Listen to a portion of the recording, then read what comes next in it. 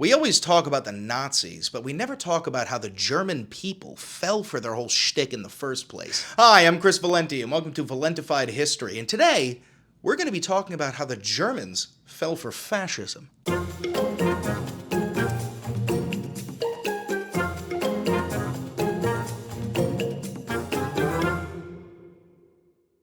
In order to fully understand this, we got to go back in time to the 1800s. You see, Germany, it didn't unify until 1871. It was just a whole bunch of warring groups fighting at the behest of the Dutch and the French, right? But finally, they unify after the Franco-Prussian War under one flag and one emperor, Otto von Bismarck. Right, so the Germans, they had witnessed the rise of these great European powers around them, like Spain and France, and especially Great Britain, who had conquered 80% of the planet at that point. And so this newly formed empire, they wanted a taste of colonial power. They start building colonies in places like Africa. They start to boom with their industry, and they become an economic powerhouse of Europe, right? Quickly adopting the practice of capitalism and showing the world what German capitalism is capable of. And these frugal German people, they amass their wealth, hoping to pass it on to the next generation with this looming question: will the next generation be better than the first?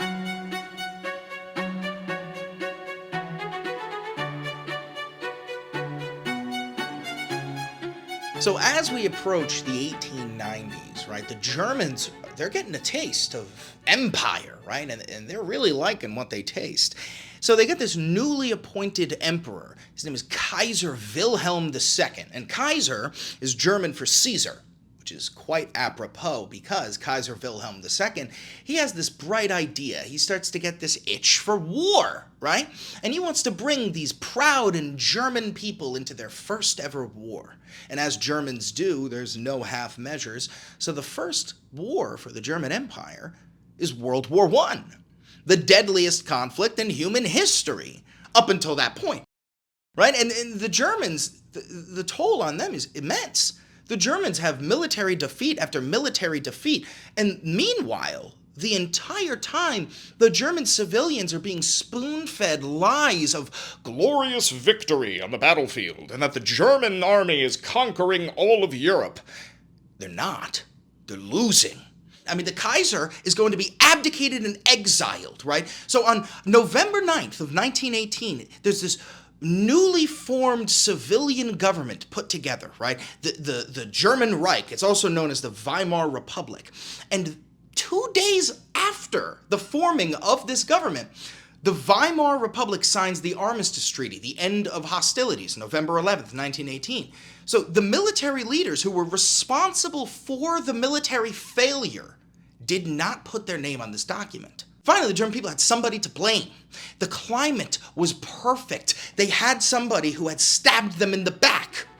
It was the bankers, the politicians, the communists, the Jews, the pacifists, anybody and everybody other than the men who were actually responsible for the military defeat. A perfect climate for a myth, a backstab myth. Dolchstoß. The Treaty of Versailles is signed, and it absolutely cripples the German people.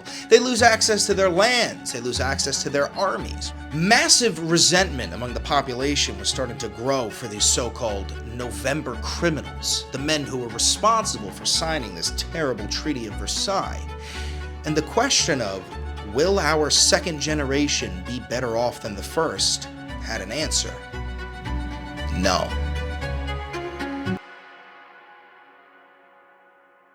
The German Empire is bleeding out, and the Weimar Republic needs a plan to stop the bleeding. Well, the good old US of A comes up with a plan. The Dawes Plan. You see, Germany is going to accept massive amounts of loans from the United States of America. But that money is going to directly go back to the United Kingdom and France and all of these nations that need reparations. So the German people, they're fucking pissed. Right? They start to just turn to extremism on both sides. The left starts turning to communism. The right starts turning to anarchism. This faith in democratic institutions is dwindling.